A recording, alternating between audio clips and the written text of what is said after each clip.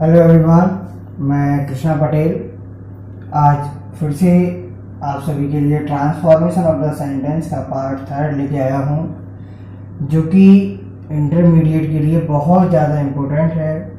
Topic चल रहा था ट्रांसफॉर्मेशन ऑफ द सेंटेंस, जिसमें आज हम बात करेंगे एक्टिव पैसिव वॉइस की।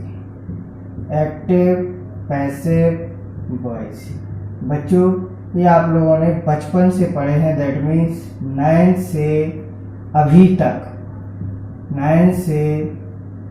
तक आपने पढ़े हुए हैं। एक्टिव पैसिव वॉइस पढ़े हुए हैं, आप भूल जाइए। अब किस तरीके से पढ़ना है, तो सबसे पहले एक्टिव पैसिव वॉइस का मतलब समझें कि आखिर ट्रांसफॉर्मेशन ऑफ द सेंटेंस में एक्टिव पैसिव वॉइस क्यों आया है। क्वेश्चन ये आता है क्योंकि ट्रांसफॉर्मेशन की मैंने आपको मीनिंग कुछ और बताई थी। ट्रांसफॉर्मेशन में बताया था मैंने आपको कि इसमें सेंस नहीं बदलता है, उसका स्ट्रक्चर चेंज हो जाता है। तो अब एक्टिव पैसिव वॉइस में कैसे होता होगा, तो आगे चर्चा करेंगे कि इसमें होता क्या है। अब सबसे पहले तो आपको पता होना चाहिए कि एक्टिव वॉइस किसे कहते हैं और पैसिव वॉइस किसे कहते हैं। सबसे पहले बात ये पता होनी चाहिए, जिसको हिंदी में बोलते हैं कर्ता प्रधान वाक्य। क्या बोलते हैं? कर्ता प्रधान वाक्य को इसको बोलते हैं कर्म प्रधान वाक्य। कर्तवाच्य और कृत्यवाच्य दो प्रकार के होते हैं। मतलब इसमें सेंटेंस का जो हीरो होता है वो क्या होता है? सब्जेक्ट। इसमें सब्जेक्ट की प्रधानता होती है और इसमें सेंटेंस ऑफ द हीरो कौन बन जाता है? ऑब्जेक्ट। इसमें कर्म की प्रधानता होती है, जैसे ही रीड्स अ बुक। सबसे पहले तो आपको सब्जेक्ट फाइंड आउट करना है। कैसे? तो सब्जेक्ट फाइंड आउट करने के लिए बहुत अच्छी ट्रिक है कि आप इस वाक्य में हु का क्वेश्चन कीजिए, कौन। ही रीड्स अ बुक, वह एक किताब पढ़ता है। कौन? वो है। आपके दिमाग में तुरंत आया वो है, मतलब सेंटेंस में काम कौन कर रहा है? वो है। अब यही बात अगर मैं लिख दूं ऐसे, a book is read by him. अब देखिएगा, एक किताब पढ़ी गई उसके द्वारा। किसके या कौन पढ़ता है किताब? उसके द्वारा एक किताब पढ़ी गई। यहाँ पर हीरो कौन हो गया? ऑब्जेक्ट। ये देखिएगा, आपको पता चल गया कि ऑब्जेक्ट यहाँ पर कुछ काम कर रहा है, यहाँ पर सब्जेक्ट। तो इस तरीके से सब्जेक्ट और ऑब्जेक्ट आप फाइंड आउट कर सकते हैं। अब बात करते हैं एक्टिव से पैसिव वॉइस बदलते कैसे हैं। तो जनरल रूल्स की बात करते हैं। कुछ general rules for changing active passive voice. General rules में आपको दो तरीके से एक्टिव पैसिव वॉइस बदलने होंगे। सबसे पहले चेंज ऑफ पर्सन। सबसे पहले आपको क्या पता होना चाहिए? Change of person. दूसरी चीज होती है चेंज ऑफ टेंस। आप change of person direct indirect में पढ़ के आए हो। डायरेक्ट इनडायरेक्ट में मैंने आपको एक टेबल बनाई थी, वो आप देख लीजिएगा। लेकिन फिर से बना लेते हैं, इधर एक्टिव वॉइस, इधर पैसिव वॉइस। एक्टिव वॉइस में सब्जेक्ट क्या होगा और यहाँ पर ऑब्जेक्ट क्या बन जाएगा वो। तो देखते हैं, अगर आपको सब्जेक्ट दिया हुआ है आई होगा, वी होगा, यू होगा, दे होगा, ही होगा, सी होगा, इट होगा और हु भी होगा। आई का ऑब्जेक्ट बेटे क्या होता है? मी। Very good. वी का अस, यू का यू, दे का देम, ही का हिम, सी का हर, इट का इट, हु का हूँ होता है। लेकिन किताबों में आपको लिखा मिल जाएगा क्या? बाय हूँ। अब ये बाय क्यों लगा इसके पहले, हम आगे बात करेंगे। तो आप जल्दी से इसको नोट डाउन कर लीजिएगा। अब बात करते हैं चेंज ऑफ टेंस की। टेंस किस तरीके से परिवर्तित होते हैं। चलिएगा, अब आपने जो टेंस परिवर्तन डायरेक्ट इनडायरेक्ट में सीखे हुए थे, कुछ वैसे नहीं होगा, थोड़ा सा यहाँ परिवर्तन है। Change of tense, change of tense. बच्चों, सबसे पहले तो आपके पास मटेरियल होना चाहिए कि करना क्या है। यहाँ पर एक्टिव लिख लीजिए, यहाँ पर पैसिव लिख लीजिए। टेंस का परिवर्तन करना है। अगर आपके पास बच्चों वर्ब की फर्स्ट फॉर्म या डू या डज, अगर वर्ब की फर्स्ट फॉर्म होगी तो उसमें एस या ई एस लगा होगा। डू या डज होगा तो उसमें एस या ई एस नहीं लगा होगा। अगर ये दिया हुआ है ऐसा कुछ, मतलब प्रेजेंट इंडेफिनिट टेंस दिया है, तो वो बदल जाता है इज, एम या आर में। अगर आपको पहले से दिया हुआ है इज या एम या आर, तो ये बदल जाता है इज, एम, आर, और इन तीनों के साथ आप जोड़ दोगे being, is being, am being और आर बीइंग।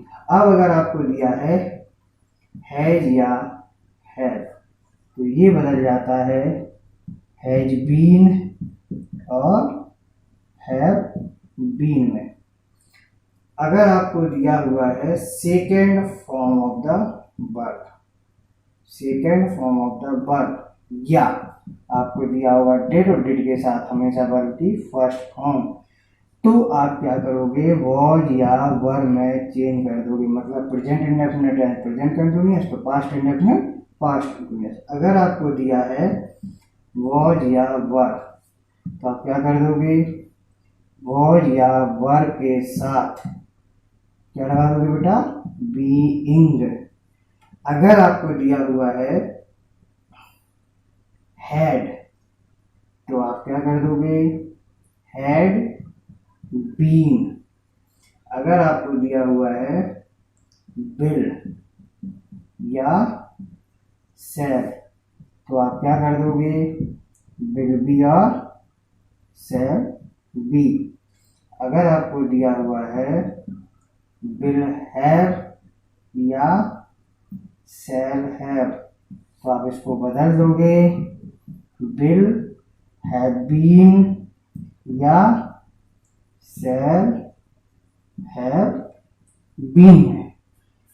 1 2 3 4 5 6 7 8, सिर्फ एक्टिव पैसिव वॉइस 8 टेंस की ही बनती है, 4 की नहीं बनती। कौन कौन सी नहीं बनती, एक तो हो गया आपका प्रेजेंट परफेक्ट कंटिन्यूअस, देखो 1 2 3, present perfect continuous, past perfect continuous, present continuous, वो present, future continuous, future perfect continuous. 4 tense की एक्टिव पैसिव वॉइस नहीं बनती है। और एक चीज, इन सभी टेंस के साथ आपको वर्ब की थर्ड फॉर्म यूज करनी है। देखिएगा, प्रेजेंट इंडेफिनिट, प्रेजेंट कंटिन्यूअस में बीइंग लग जाएगा, प्रेजेंट परफेक्ट बीइंग लग जाएगा, पास्ट इंडेफिनिट, पास्ट कंटिन्यूअस में बीइंग लग जाएगा, हैड होगा had been, will have shall be, will have shall have का विल हैव बीन और शैल हैव बीन। जल्दी से आप इसको नोट डाउन कर लीजिएगा। अब बात करते हैं कुछ रूल्स की। ये तो थे जनरल रूल्स, अब कुछ एडवांस रूल की बात करते हैं डायरेक्ट से इनडायरेक्ट बनाने के लिए। आइए, आप लोगों ने डायरेक्ट से इनडायरेक्ट पढ़े हुए हैं, उससे कुछ डिफरेंट है ये, लेकिन बहुत इजी है। अब rules for changing active into passive, active से पैसिव वॉइस बनाने के कुछ नियम होते हैं। वो नियम क्या है, लिखते हैं। सबसे पहला नियम, जो भी आपको सब्जेक्ट दिया गया हो, सब्जेक्ट चेंजेज इनटू पैसिव, या subject is replaced by object, subject change हो जाता है ऑब्जेक्ट में पैसिव वॉइस में। दूसरा, object is replaced by the subject. Subject के द्वारा ऑब्जेक्ट को चेंज कर दिया जाता है। अब एड बाय, बाय प्रीपोजिशन है, add by before new object. जो नया ऑब्जेक्ट बनेगा उसके पहले आपको बाय का यूज करना है। अगला, always use third form of the verb. हमेशा और हमेशा वर्ब की थर्ड फॉर्म का यूज करना है। अब एक नोट आप लिख लीजिएगा कि एक्टिव से पैसिव वॉइस किसकी बनती है। सिर्फ और सिर्फ, सिर्फ और सिर्फ सकर्मक क्रिया, सिर्फ और सिर्फ सकर्मक क्रिया वाले वाक्य की पैसिव वॉइस बनती है। ध्यान रखिए इस चीज को, बहुत इंपॉर्टेंट है। अगर सकर्मक की जगह अकर्मक आ गया, सकर्मक का मतलब होता है ट्रांजिटिव, ट्रांजिटिव वर्ब, सकर्मक क्रिया। अगर इंट्रांजिटिव वर्ब आ गई तो उसकी एक्टिव पैसिव वॉइस नहीं बनती है। अब आते हैं कुछ एग्जांपल्स पर। देखते हैं कुछ एग्जांपल्स आपके सामने लिखे हुए हैं। बिल्कुल नहीं लिखे हैं, लिखने जा रहा हूँ। सबसे पहले आपको पता होना चाहिए कि एक्टिव पैसिव वॉइस किसकी चेंज करनी है। तो मैंने आपको बताया था कि सेंटेंस आपको पता होना चाहिए। सबसे पहले सेंटेंस का पहला जो टाइप होता है असर्टिव, दूसरा इंटेरोगेटिव, तीसरा इम्परेटिव। बच्चों आपको 3 टाइप के सेंटेंस का ही एक्टिव पैसिव वॉइस बनाना है। कुछ स्पेशल केस होंगे जिनके बारे में हम लोग डिस्कस करते रहेंगे। सबसे पहले बात करते हैं असर्टिव टाइप सेंटेंस की। असर्टिव टाइप सेंटेंस में देखिएगा पहला एग्जांपल लिखा हुआ है आपके सामने, Ram make a drawing. Ram make a drawing. अब आपको पता होना चाहिए कि सेंटेंस किस टेंस में दिया हुआ है और सब्जेक्ट क्या है, ऑब्जेक्ट क्या है।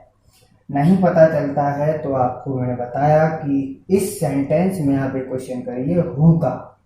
आप हु का जब आंसर मिल जाएगा आपको तो आपको सब्जेक्ट मिल जाएगा।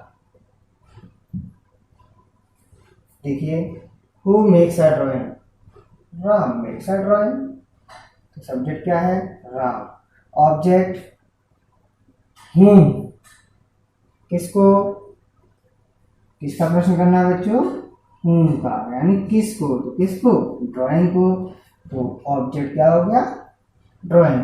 ये आपको ऑब्जेक्ट हमेशा वर्ब के बाद में मिल जाएगा। ये है आपका सब्जेक्ट, ये है आपकी वर्ब और ये है आपका ऑब्जेक्ट। अभी आ कैसे ऑब्जेक्ट है, ड्राइंग बिना इसके कंप्लीट है। एक ड्राइंग ये ऑब्जेक्ट है। तो सबसे पहला रूल है सब्जेक्ट को ऑब्जेक्ट से रिप्लेस कर दो, ऑब्जेक्ट को सब्जेक्ट। ऑब्जेक्ट क्या है, आ ड्राइंग। तो आ ड्राइंग। ये कैपिटल क्यों बनाया, क्योंकि सेंटेंस हमेशा असर्टिव किससे स्टार्ट होता है, कैपिटल लेटर से। आ ड्राइंग कौन सा टेंस है, अब ये प्रेजेंट इंडेफिनिट टेंस है, लेकिन कुछ मिस्टेक है। राम एक वचन करता है तो यहाँ क्या आएगा, S. Ram makes a drawing. तो a drawing present indefinite tense आ जाता है प्रेजेंट कंटिन्यूअस में। तो राम आ ड्राइंग इज। अब वर्ब की थर्ड फॉर्म, मेक की थर्ड फॉर्म क्या होती है, मेड। अब ऑब्जेक्ट आ जाएगा इधर, तो राम आ गए इधर। लेकिन मैंने तीसरा रूल बताया था कि ऑब्जेक्ट के पहले किसका यूज करना है, बाय का। तो a drawing is made by Ram. अब मैंने बताया था कि ट्रांसफॉर्मेशन में सेंस चेंज नहीं होता है। एक्टिव पैसिव वॉइस में आपको आज तक नहीं बताया होगा कि सेंस चेंज नहीं होता है, तो जान लेते हैं। Ram makes a drawing, Ram ने ड्राइंग बनाई है, राम एक ड्राइंग बनाता है। A drawing is made by Ram, एक ड्राइंग राम के द्वारा बनाई गई, मतलब ड्राइंग ही तो बनाई गई किसने, राम ने, या राम बनाता है या राम के द्वारा बनाई गई, अर्थ चेंज नहीं हुआ, मतलब यहाँ पर सेंस जो था वो चेंज नहीं हुआ है। अगला सेंटेंस देख लेते हैं, ही इज राइटिंग, चलो, ही इज मेकिंग, इसी को ले लेते हैं, he is making a drawing, he is making a drawing. Object तो हमको पहले से ही पता है, ही क्या है, सब्जेक्ट, सब्जेक्ट को ऑब्जेक्ट, तो आ ड्राइंग कहाँ आ जाएगा बच्चों, आगे a drawing, is M R दिया हो तो इज बीइंग, एम बीइंग और आर बीइंग में कन्वर्ट हो जाता है। एक है तो यहाँ पर इज पे बीइंग, मेक की थर्ड फॉर्म बच्चों ऊपर लिखी हुई है, मेड, फिर ही का ऑब्जेक्ट हिम, इनके पहले क्या लगाना है, बाय, लास्ट में फुल स्टॉप। वह एक ड्राइंग बना रहा है, एक ड्राइंग इसके द्वारा बनाई जा रही है, सेंस चेंज नहीं हुआ है। ही मेड या दे मेड आ ड्राइंग। अब देखिएगा ये टेंस कौन सा दिया हुआ है, या सेंटेंस तो असर्टिव भी चल रहा है, लेकिन टेंस कौन सा, मेड कौन सी फॉर्म, सेकेंड फॉर्म। अगर यहाँ पर हैड या हैज होता तो ये थर्ड फॉर्म मानी जाती है, अन्यथा क्या है, सेकेंड फॉर्म। आ ड्राइंग कहाँ आ जाएगा, आगे, आ ड्राइंग पास्ट इंडेफिनिट, किसमें, past continuous. A drawing was के बाद was, very good, a drawing was made, made क्यों लगाया वॉज के साथ, क्योंकि इसके साथ तो वर्ब की फर्स्ट फॉर्म में आएंगी आती है, नहीं, एक्टिव पैसिव वॉइस में हमेशा थर्ड फॉर्म यूज करना। आ ड्राइंग वॉज मेड बाय, ये देगा ऑब्जेक्ट देम। ये है आपकी असर्टिव टाइप सेंटेंस। आप इसका नेगेटिव भी देख लेते हैं, एक, Sita does not love him, Sita does not love him. Do not और does not present indefinite subject, Sita object verb के बाद में लगा होता है क्या है, हिम, और सीता सब्जेक्ट, चेंज कर दो, हिम को आगे ले आओ क्या बन जाएगा, ही। डू या डज प्रेजेंट कंटिन्यूअस में, ही के साथ इज, ही इज नॉट लगा है तो नॉट लगा दीजिए, ही इज नॉट, लव की थर्ड फॉर्म लव्ड, सीता का ऑब्जेक्ट सीता ही होगा, एस कैपिटल रखना है क्योंकि ये प्रॉपर नाउन है, इसके पहले बाय। ये थे आपके असर्टिव टाइप सेंटेंस। अब बात करते हैं हम इंटरोगेटिव टाइप सेंटेंस की। इंटरोगेटिव टाइप सेंटेंस मैंने आप लोग को बताए हुए थे डायरेक्ट इनडायरेक्ट में कि ये दो टाइप के होते हैं, एक होता है एस या नो टाइप, और दूसरा होता है WH type. Yes no type मतलब ये सेंटेंस हेल्पिंग वर्ब से स्टार्ट होते हैं, इससे हेल्पिंग वर्ब से स्टार्ट होते हैं, और ये क्वेश्चन वर्ड से स्टार्ट होते हैं, क्वेश्चन वर्ड से। W से शुरू होने वाले 8, S से शुरू होने वाला एक प्रश्नवाचक शब्द होता है।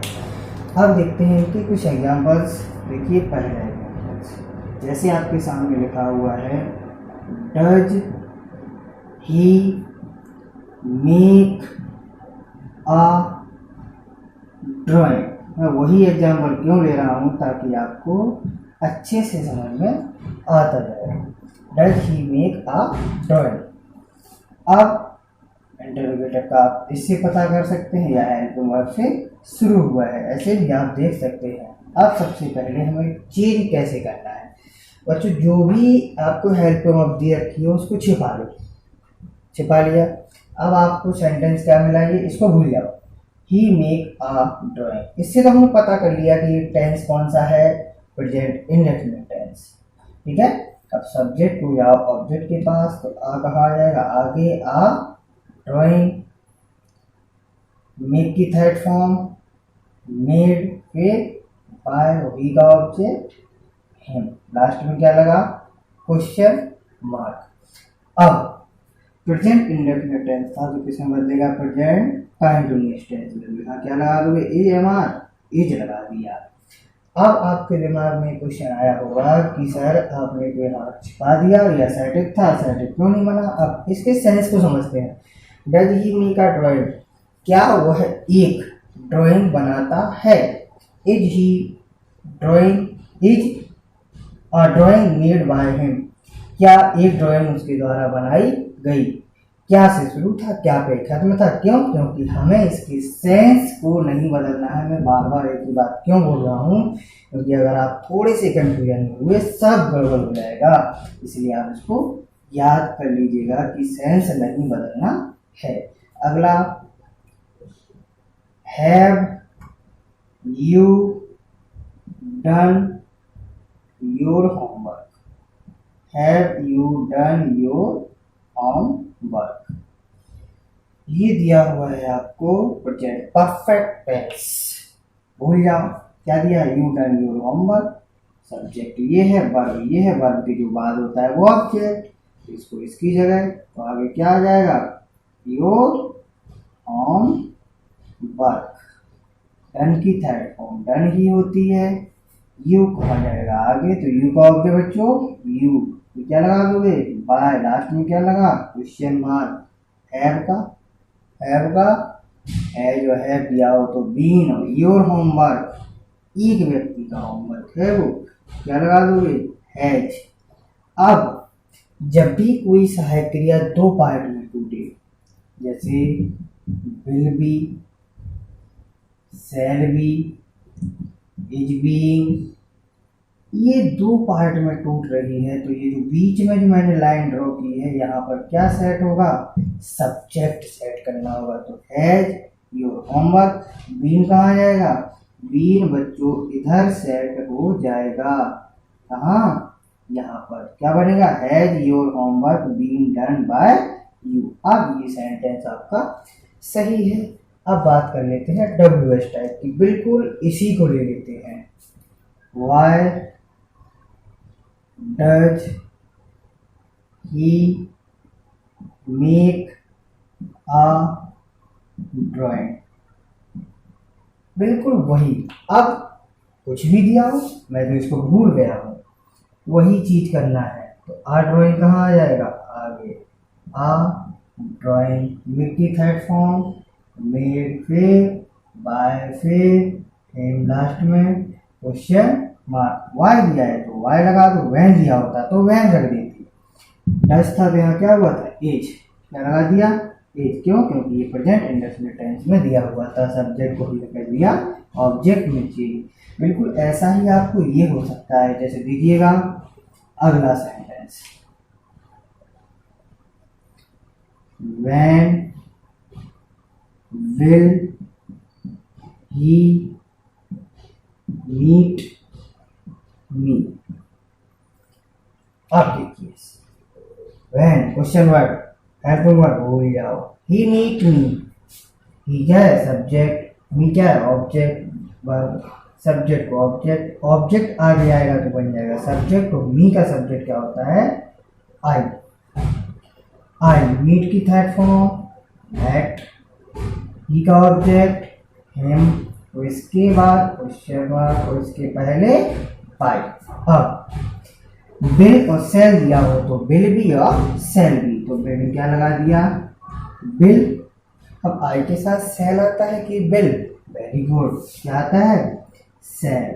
आई और बी के साथ क्या आता है, सेल। और वैन का वैन। अब मैंने आपको बताया था कि शायद क्रिया जब दो पार्ट में टूटे तो बीच में क्या आता है, सब्जेक्ट, सब्जेक्ट है तो सेल बी, बी कहाँ चला जाएगा, यहाँ पर सेट हो जाएगा, क्या बनेगा, when shall I be met by him. ये सेंटेंस आपके खत्म हो गए। अब अगला टाइप आता है इंपेरेटिव टाइप सेंटेंस। देखिए imperative type sentence, imperative type sentence को मैंने डायरेक्ट इंडायरेक्ट में बताया था कि आप कैसे पहचानोगे। ये हमेशा स्टार्ट होते हैं वर्ब की किस फॉर्म से, फर्स्ट फॉर्म से, और इनमें सब्जेक्ट जो यू होता है, सब्जेक्ट यू होता है वो क्या रहता है, छिपा रहता है। या आप कैसे पहचानोगे, इसमें क्या होगा, या तो रिक्वेस्ट होगा, या ऑर्डर होगा, या कमांड होगा, या एडवाइस होगा या सजेशन होगा, ये सब कुछ भाव होंगे। क्या होंगे? ये सब भाव पाए जाएंगे या इसको पहचानोगे। तो बनाओगे कैसे? तो बनाने के इसके कुछ फॉर्मूला है। इस सेंटेंस के कुछ फॉर्मूले हैं। इसमें let plus object plus be plus verb की थर्ड फॉर्म। अगर आपको पीछे बाय कुछ लगाना है सब्जेक्ट तो लगा दीजिए। सब्जेक्ट इसमें क्या रहेगा? यू रहेगा। लगा दो तो ठीक, नहीं लगा दो तो भी ठीक। ये आपकी डिपेंड करेगा चॉइस पर, जो आपको करना है। ये पहला अफर्मेटिव हुआ। तो अगर नेगेटिव हुआ तो क्या करोगे? Let plus subject plus not plus be plus verb का थर्ड फॉर्म प्लस आपको ये करना है अगर तो लगा दीजिएगा सब्जेक्ट जो कि आपका यू होता है। कैसे बनेगा देखते हैं। जैसे आपको दिया हुआ है डू योर वर्क, सब्जेक्ट क्या है नहीं पता, तो दिया ही नहीं है। वर्क से स्टार्ट है। Do you work, who do you work, तुम। क्या है यहाँ पर? यू यहाँ पर छिपा हुआ है। क्या है? यू यहाँ पर छिपा रहता है, जिसको नहीं लिखा जाता है बात में। और आप लास्ट में भी ना लिखें तो कोई दिक्कत नहीं है। इसकी पैसिव वॉइस कैसे बनेगी? सबसे पहले लेट, फिर ऑब्जेक्ट क्या है? Your work, let your work, फिर बी वर्ब की थर्ड फॉर्म, डू की third form, done by you. अगर ये लगाना है तो लगाओ, नहीं लगाना है तो मत लगाओ, कोई दिक्कत नहीं है। अगला दिया हुआ है do not do your work, do not do your work. ये इंटरोगेटिव है। क्या इंटरोगेटिव होता तो सब्जेक्ट होता, do not do your work. Do not से स्टार्ट है तो क्या करोगे? नॉट वाला है तो क्या करोगे? सबसे पहले लेट, फिर सब्जेक्ट, ऑब्जेक्ट लाना है। ऑब्जेक्ट क्या है? Your work, let your work, फिर नॉट, फिर बी, फिर डन, फिर बाय यू। लगाना है तो लगाओ, नहीं लगाना है तो मत लगाओ। अब एक सेंटेंस देखिएगा जरा, प्लीज कम हियर। अब इसमें तो वर्ब की फर्स्ट फॉर्म से स्टार्ट ही नहीं है, इसमें तो एक बार लगा है प्लीज। तो मैंने आपको बताया कि इसमें ये सब भाव हो सकते हैं। प्लीज का मतलब निवेदन और निवेदन का मतलब रिक्वेस्ट। तो आप इस प्लीज को क्या कर दोगे? हटा दोगे और इसकी जगह पर आपको क्या लगाना है? यू आर रिक्वेस्टेड टू क्या? Come here. You are requested to come here. To के बाद सेंटेंस को एज इट इज जोड़ देना है। अब यही सेंटेंस अगर होता आपके सामने कि do not insult the poor, गरीबों की इंसल्ट मत करो, बेइज्जती मत करो। तो ये सलाह दी गई, निवेदन किया गया हुआ सलाह। तो क्या कर दोगे? You are requested not to insult the poor. दूसरे तरीके से भी बना सकते हो इसको। यू आर फॉरबेड, क्या लगा दोगे इसकी जगह पर? Forbade to insult the poor. दोनों ही सही हैं। क्यों? क्योंकि फॉरबेड का मतलब होता है, फॉरबेड का मतलब क्या होता है? मना करना है। तो खुद ही नकारात्मक शब्द है, इसीलिए मैंने नॉट नहीं लगाया है। ये है आपके इंपेरेटिव टाइप सेंटेंस। अगले वीडियो में हम मिलेंगे आपसे कुछ टिपिकल एग्जांपल्स के साथ, जिनके साथ बाय का यूज नहीं होना है। वो अपना खुद का प्रीपोजिशन लेके चलते हैं। तो जब तक आप ये तीनों पार्ट ट्रांसफॉर्मेशन ऑफ सेंटेंस के अच्छे से देखिएगा, जो भी आपको समझ में नहीं आए कमेंट बॉक्स में ज़रूर कमेंट करिएगा। Thank you so much.